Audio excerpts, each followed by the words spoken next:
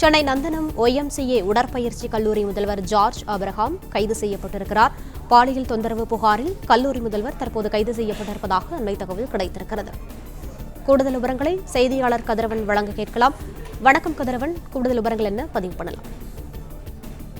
சென்னை நந்தனம் OMCA உடற்பயிற்சி கல்லூரி முதல்வர் ஜார்ஜ் ஆபிரகாம் தற்போது காவல்துறையினரால் கைது செய்யப்பட்டிருக்கிறார்.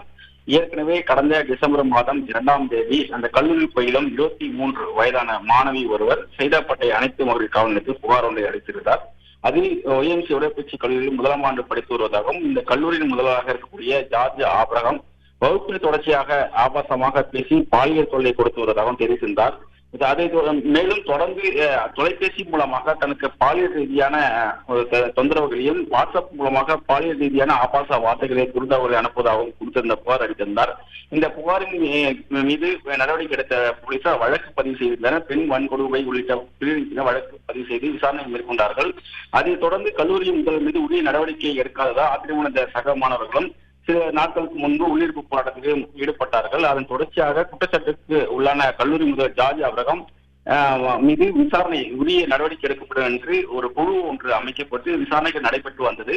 மேலும் பல்வேறு ஆசிரியர்களுக்கும் தொடர்ந்து பாலியல் தொல்லை கொடுத்ததாக பல்வேறு ஆடியோக்களும் சமூக வலைதளங்களில் வைரலானது.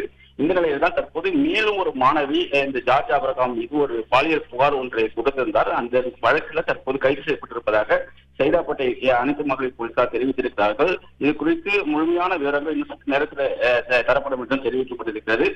மேலும் ஒரு மாணவிக்கு பாலியல் தொந்தரவு கொடுத்த காரணத்தினால தற்போது அந்த கல்லூரியின் முதல்வர் ஜார்ஜ் ஆபிரகாம் கைது செய்யப்பட்டிருக்கிறார்.